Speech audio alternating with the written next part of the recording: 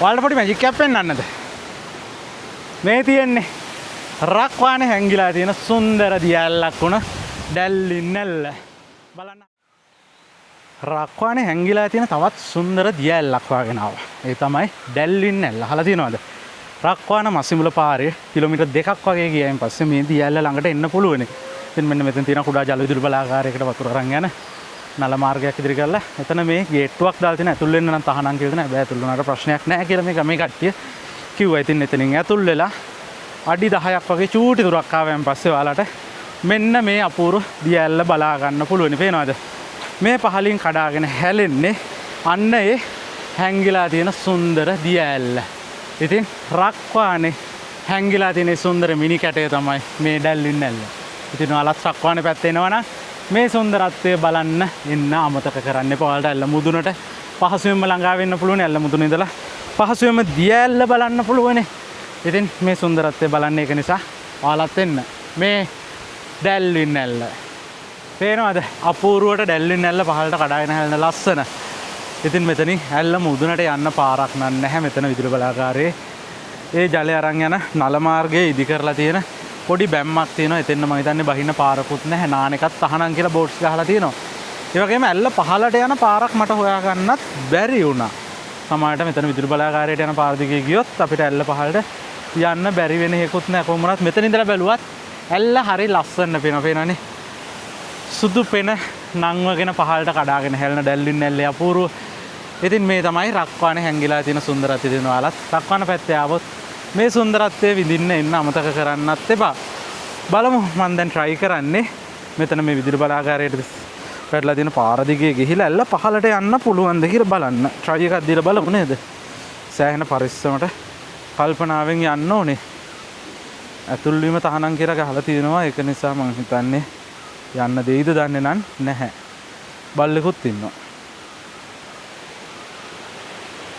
ඇල්ල පහළට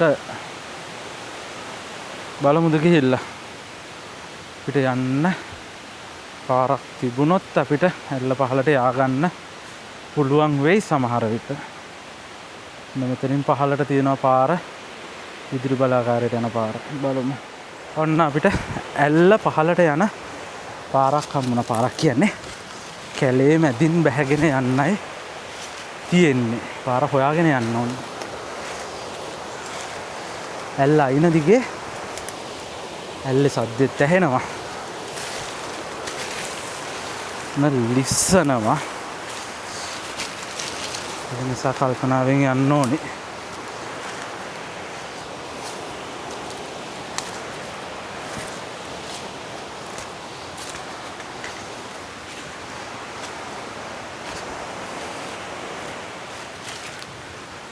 ඔන්න මෙතෙන් ආවා.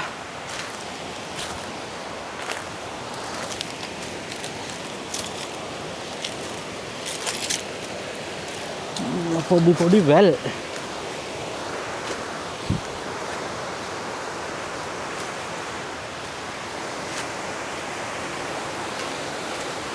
මම හිතන්නේ අපි ඇල්ල පහළටම ආවා. චූටි දුරක් තියෙන්නේ. හැබැයි දැන් කැලේ මැද පොළ වැටිලා නිසා ලිස්සනවා. ඒක නිසා කල්පනාවෙන් එන්නට ඕනි. කොහොම හරි ඔන්න අන්තිමට අපි ආව දැල්ලින් නැල්ල පාමුලටම.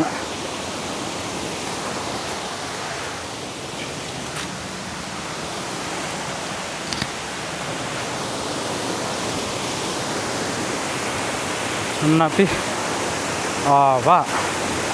එන්න මේ හරියනම් ටිකක් අවදානම්. මොකද පොළ වැටිලා ගල් ලිස්සන්න පුළුවන්. මේ හරිය ලොකු වලක් වගේ තියෙනවා. ලිස්සලා ගියොත් පහළ. මෙතෙන් මීට බැහැගමුද?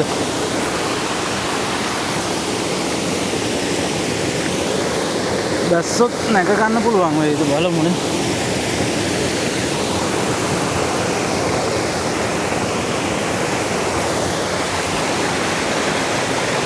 ඔන්න අන්තිමට අපි ආවා දැල්ලින් නැල්ල පාමුලට. ඒතර ලොකු අපහසුයක් වුණෙත් නෑ.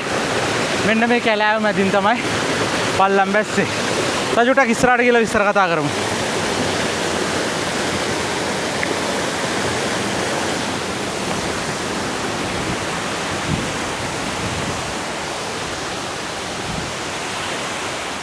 ඔන්න ඉතින් ওই විදියට තමයි අපි රක්වානේ ඩැල්වින් නැල්ල හොයාගෙන කොහොම හරි ඩැල්වින් නැල්ල පාමුලටත් ආවා. පේනවද? මේ පහලට කඩාගෙන හැලෙන්නේ ඒ සුන්දර ඩැල්වින් නැල්ල. ඉතින් මේ රක්වානේ හැංගිලා තියෙන දියැලි අතරම අපි රක්වානේ ඇවිල්ලා සූර්යකන්දේ ගියාට රක්වානේන් වංගු 10 බලන්න ගියාට සාන මේ ඩැල්වින් නැල්ල වගේ මේ ඇලි බලන්න එනවා හරි අඩුයි. ඉතින් රක්වානේ ගල්දොල ඇල්ලයි අර පැත්තෙන් හඳපාන ඇල්ලයි දෙකෙන් එකතු වෙන වතුර පාර තමයි මේ විදිහට මෙතනින් පහළට ඩැල්වින් නැල්ල විදිහට කඩාගෙන හැලෙන්නේ. ඉතින් මේ සුන්දරත්වය හොයාගෙන තමයි අපි ආවේ. කොහොම හරි අන්තිමට අපි ඇල්ල පාමුලටම ඇවිත් ඒ සුන්දරත්වයත් බැලුවා.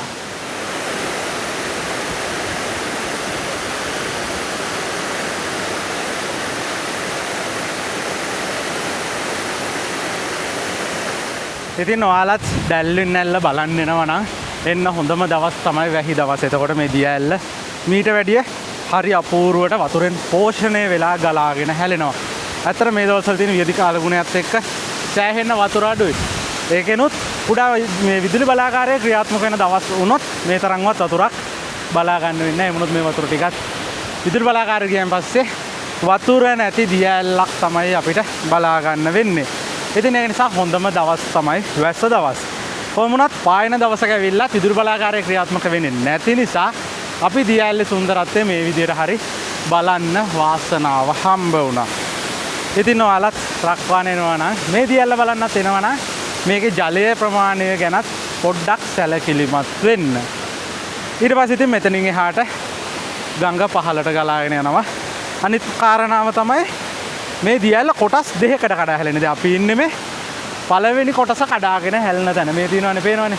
ඇල්ල කඩා යනවා. මෙතන වලක් තියෙනවා. මේ වලට වතුර ටික එකතු වෙලා එතනින් පහළට ආයෙම ගලාගෙන යනවා. තව දිය ඇල්ලක් විදිහට දැන් නම් වතුර ටික අර පැත්තෙන් අතනින් කඩාගෙන හැරලා මෙතනින් තව දිය ඇල්ලක් විදිහට කුඩා දිය ඇලි දෙකක් මෙතනින් පහළත් නිර්මාණය කරනවා. ඉතින් අන්න පහළ ගල් තලාවට ගියොත් මේ දිය ඇලි ටික ඔක්කොම හරි ලස්සනට බලා ගන්න පුළුවන්. එතනින් පහළට යන පාරක් නැහැ. සමහරට අපි ආපු පාරෙම කැලේ මැදින් බැස්සොත් මෙතෙන්වත් යන්න බැරි වෙන එකක් නැහැ. හැබැයි ඉතින් මේකේ දිය ඇලේ ලස්සනම ටික තියෙන පළවෙනි කොටස.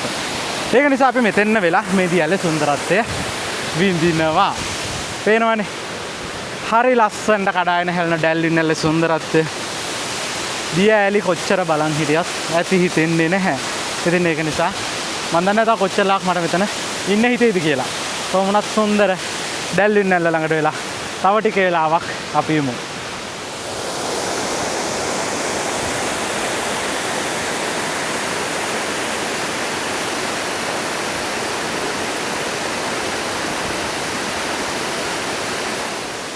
ඩැල්වින් නැල්ල බලන්න යන ඔයාලට තව දෙයක් මතක් කරන්න ඕනේ. මේ ඇල්ල කඩා හැලෙන තැන මෙන්න මෙතන තියෙන මේ වල නම් මං හිතන්නේ ගැඹුරුයි. ඒක නිසා මෙතන නාන්න නම් උත්සාහ කරන්න එපා. දැක්කම නාන්න ඇත්තටම ආස හිතෙනවා.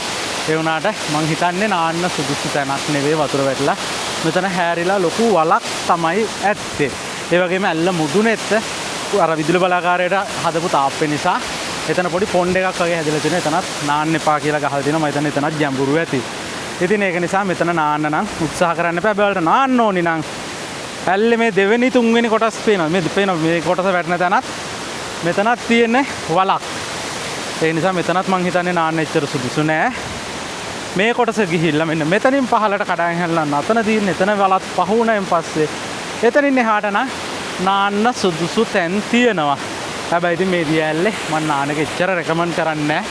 ඒකට ප්‍රධානම හේතුව තමයි මේක එන්නේ රක්වාන නගරයේ මැදින් ගලාගෙන එන ගඟක්. රක්වාන නගරය පහුවෙලා කිලෝමීටර් දෙකක්වත් එන්න කලින් මේ දිය ඇල්ල නිර්මාණය කරන. ඉතින් නගරයක් මැදින් ගලාගෙන එන ගඟක් කිව්වයින් පස්සේ ඔයාලට අමුතුවෙන් කියන්න ඕනේ නගරයේ තියෙන අපද්‍රව්‍ය ගොඩක් මේ ගඟට එකතු වෙලා තියෙනවා. ඒකේ ඇත්තටම ලක්ෂණ තියෙනවා. මේ පේනවද? මේ ඇවිල්ලා පොලිතීන් සෑහෙන පැම්පර්ස් පොලිතීන් පැකට් වතුර බෝතල් සෑහෙන ප්‍රමාණයක් මේකේ තන තන තියෙනවා. ඒ කියන්නේ සෑහෙන අපද්‍රව්‍ය එකතු වෙන ගඟක්. ඒක නිසා ජලය අපවිත්‍ර වෙලා තියෙන්නේ. නාන්න සුදුසු තත්ත්වේ නම් නැහැ මං හිතන්නේ. ඒක නිසා මෙතන නාන්න නම් උත්සාහ කරන්න එපා.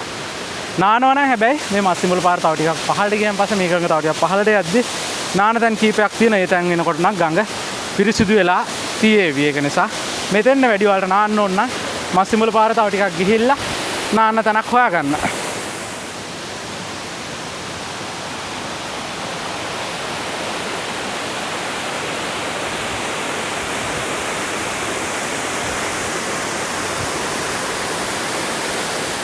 ඉතින් ඔය විදිහට තමයි අපි ඩැල්වින් ඇල්ලේ සුන්දරත්වය බැලුවේ. දැන් අපි සූදානම් වෙන්නේ මේ ඇල්ලට සමු දීලා ආපහු යන්න. ඉතින් ආපහු අපිට යන්න තියෙන්නේ මෙන්න මේ කැලෑව මැදින් වැටලා තියෙන පාර දිගේ. අතන පාරක් නැහැ. පාර හොයාගෙන යන්නයි තියෙන්නේ. ඉතින් අපි ආපු විදිහට මෙන්න මෙතනින් එගොඩ වෙලා මෙන්න මේ හරිය තමයි කල්පනාවෙන් යන්න ඕනේ. ඔන්න මෙතනින් එගොඩ වුණා. දැන් අපිට තියෙන්නේ ඇල්ලට සමු දීලා මෙන්න මේ ගල් තලාව දිගට නැගලා උඩට යන්න. බලමු.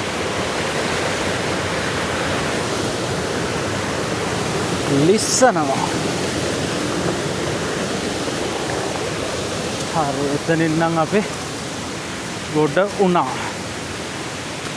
ඔන්න දැන් අපිට ආයෙම කැලේ මැදින් යන්නයි තියෙනවා. කැලේට අපි ඇතුළු වුණා.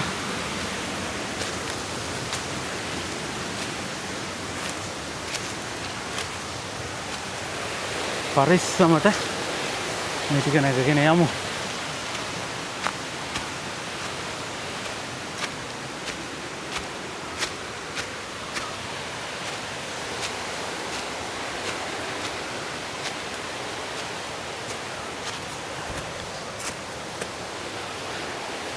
ඔන්න අපි ඇල්ලේ මැද හරියක් වෙනකන් ඇවිත් තියෙන්නේ.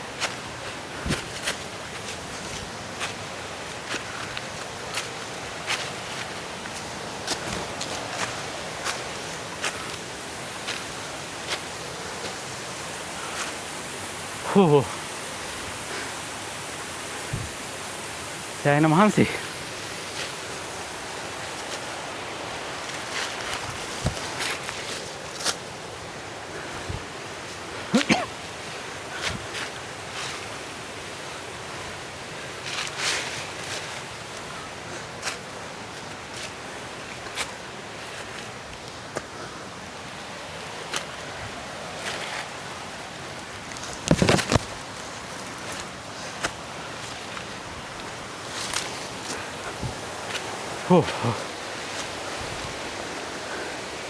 ඔන්න අපි ආවා.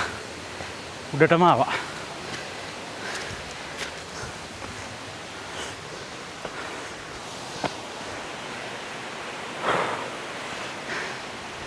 ආයම විදුලි බලාගාරයේ ඒ නල මාර්ගයේ පටන් ගන්න තැන එකට අපි උඩට ආවා. ඔන්න ඉතින් දැන් කැලේ මැදින් උඩට ගොඩ වෙලා පවර් හවුස් එකේ වතුර අරන් යන මේ කැනල් එක දිගේ අපිට පොඩි දුරක් යන්න තියෙනවානේ. ඒක සෑහෙන කල්පනාවෙන් යන්න ඕනේ. මොකද මේ පැත්තට වැටුනොත් කැනල් එක පේනවද මේ මේ ගල අයින දිගේ යකඩින් හදලා තියෙන කැනල් එකක් තියෙන්නේ. ඉතින් මේ චුට්ට පරිස්සමින් ගිහිල්ලා අපි මෙතන ගිහිලා දියැල්ල පේන තැනට ගිහිල්ලා එතන දියැල්ල මුදුනේ ඉඳලා සුන්දරත්වය ආය පාරක් අපි බලමු. මේ තියෙන්නේ පේනවද? අපි පහලට ගියන්න අන්න අර ගල් තලාව වෙනකන් අපි කියන්නේ මෙන්න මේ කැලෑව මැදින් විදගෙන ගිහිල්ලා බලන්න දියැල්ල උඩට පේන විදිහයි පහලට පේන විදිහේ වෙනස කොයි විදිහට බැලුවත් දියැල්ල සුන්දරත්වය න අඩුවක් නෑ පොඩ්ඩක්වත්. මේ තමයි ඩැල්වින් ඇල්ල. ඉතින් ඔයාලා රක්වන පැත්තේ එනවා නම් මේ හැංගිලා තියෙන සුන්දරත්වය බලන්නත් එන්න අමතක කරන්න එපා. ඔන්න ඔය විදිහට තමයි අපි ඩැල්වින් ඇල්ලේ සුන්දරත්වය උඩ ඉඳලා බැලුවේ. පහළ ඉඳලා බැලුවේ. දැන් අපි ඇල්ලට සමුදීලා යන්න තමයි සූදානම. මේ ඇල්ල ගැන කියනවා නම් තව විශේෂ දෙයක් කියන්න ඕනේ. අද ඇත්තටම මේ ඇල්ලේ වතුර තියෙන්නේ මෙච්චරයි. ඕය නිසා පවර් හවුස් එක නතර කරලා ඒක නිසා ඇල්ලේ වතුර මෙච්චර ප්‍රමාණයක් තියෙනවා සහ අපිට ඇල්ල මේ විදිහට සුන්දර විදිහට ගලාගෙන යන එක බලා ගන්න පුළුවන්. සතිය දවසක ආවොත් පවර් හවුස් එකේ වැඩ කරන දවසක ආවොත් මෙච්චර වතුර ටිකක් බලා ගන්න වෙන්නේ නැහැ. වැස්ස දවසක ආවොත් පහළට යන්න වෙන්නේ නැහැ. හැබැයි ඉතින් වැස්ස දවසක ආවොත් මෙතන උඩට වෙලා මේ ඇල්ලේ සුන්දරත්වය ලස්සනට බලා ගන්න පුළුවන්. ඉතින් මේ කරුණුත් මතක තියාගෙන ඔයාලත් එන්න ඩැල්වින් ඇල්ල බලන්න. මොකද ලොකු දුරක් නැහැ. පේනවනේ ඔන්න අපි ඇල්ල පේන අන්තිම තැන ඉඳලා අඩි 10ක් විතර ගියන් පස්සේ මෙන්න මෙතන තමයි අපි බයිසිකල් දැම්මේ මේ පවර් හවුස් එකට ඇතුළු වෙන තැන. එතන බෝඩ් එකක් එමනම් ගහලා තියෙනවා ඇතුළු වීම තහනම් කියලා. හැබැයි ඉතින් ගියා කියලා ප්‍රශ්නයක් නැහැ. බනින්න කරන්න මොකුත් නැහැ. ඉතින් මෙතෙන් එනකන් ඔයාලගේ වාහනයක ඕනම වාහනයක එන්න පුළුවන්. මෙතන ඇවිල්ලා මෙතන දාලා මෙන්න මේ හැරේ ඉඳලා උඩ ඉඳලා උනත් දියැල්ල බලන්න පුළුවන්. අඩි 10ක් විතර විදලා ගිහිල්ලා උනත් ඔන්න ඔය කාරණා ටික තමයි ඩැල්ලින් නැල්ල ගැන කියන්න තියෙන. ඉතින් එහෙනම් ඩැල්ලින් නැල්ල ළඟින් අපි සමු ගන්න එක මම මේ වීඩියෝ එක මම මෙතනින් ඉවර කරනවා. තවත් මේ වගේ සුන්දර දිය ඇල්ලක් වාගෙන යන ගමනකින් හමු වෙමු. මම ලක්ෂිත ෆොටෝ බ්ලොග්.